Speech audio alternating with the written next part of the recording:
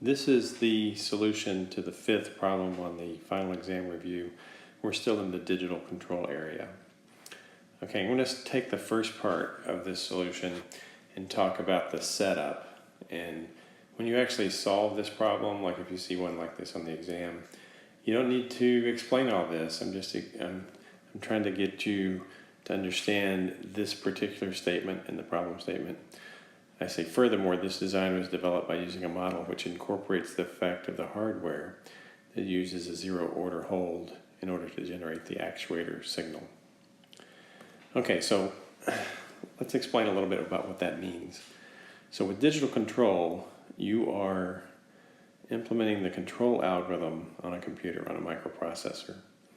The control algorithm is basically a difference equation. So that's what we're looking for as the solution to the problem on the exam.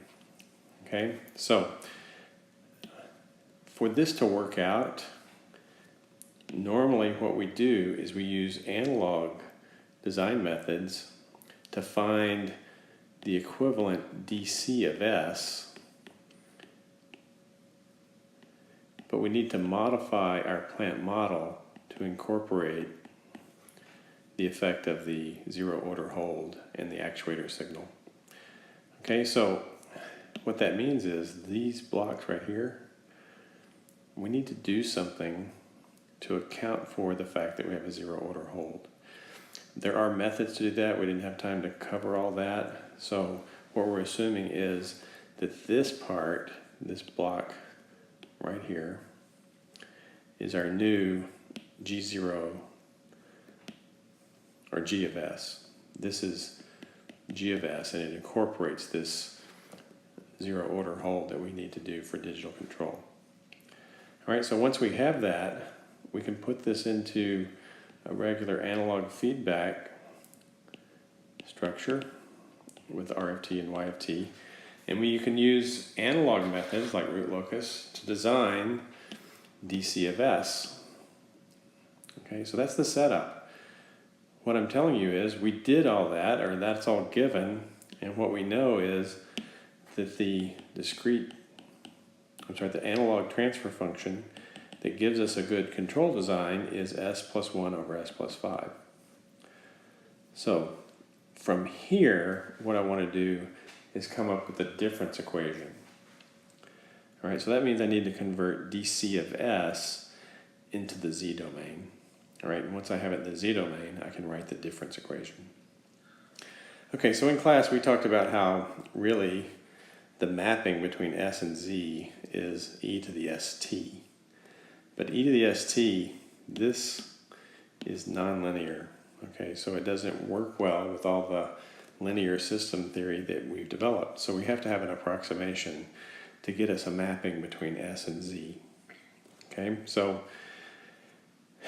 we use the bilinear transformation. Remember, I did the trapezoidal rule, and we did that derivation to talk about the bilinear transformation. There was simply a mapping between S and Z. Okay, so the mapping direction that we need is we need to replace S with something that's a function of Z. So the answer turns out to be 2 over T, where T is the sampling period. In this problem, the sampling rate was 10 samples per second, so that makes T equals 0.1. All right, that would be in seconds. And then we put Z minus 1 on the top and Z plus 1 on the bottom. All right. So what that means is we simply just need to make a substitution on S. I know that S is equal to the thing in blue, so I can substitute with what it's equal to. So everywhere I see an S, I substitute this expression back into the expression for DC of S. Okay, so everywhere I see an S, I make that substitution. Well, you might be thinking, wow, that looks like a lot of algebra, and you're right. If it were by hand, it would take a lot of algebra. But TI-89 to the rescue. It turns out this problem is really pretty straightforward. Okay, you don't need all the explanation to solve the problem on an exam, you know the setup. You know that you simply need to substitute this into dc of s to make progress towards the solution. So here's how I did it. Here are the commands I used on the TI-89. We've talked about this in class, where I temporarily use the x variable to represent s so that I don't have to hit the alpha key on the TI-89 keyboard.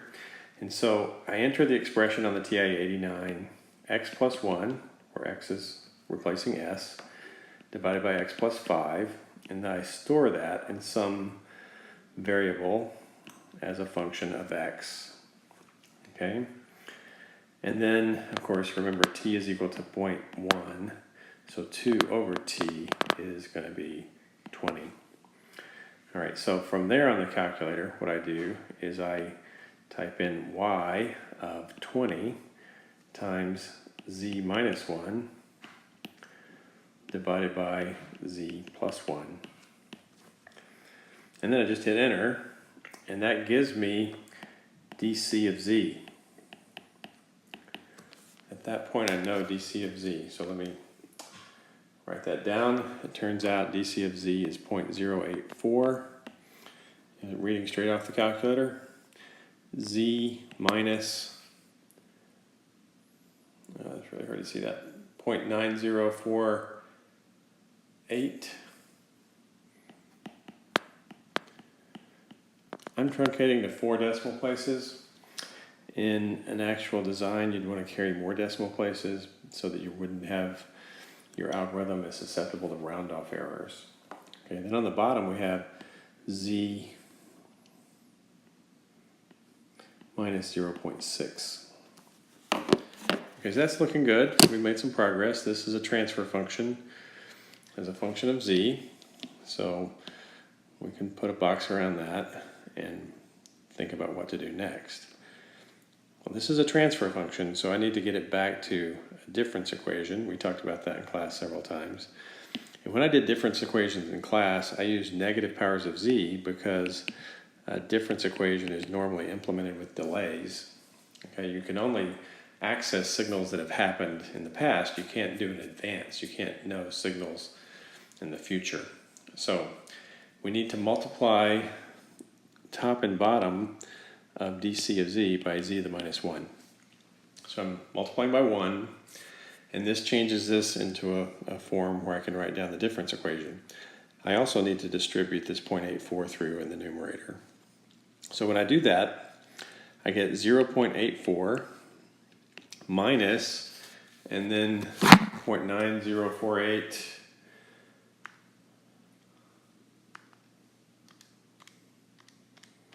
times 0.84 is 0.7600, z to the minus 1 divided by, okay, in the bottom you move the z to the minus 1 through, you get 1 minus 0.6 z to the minus 1.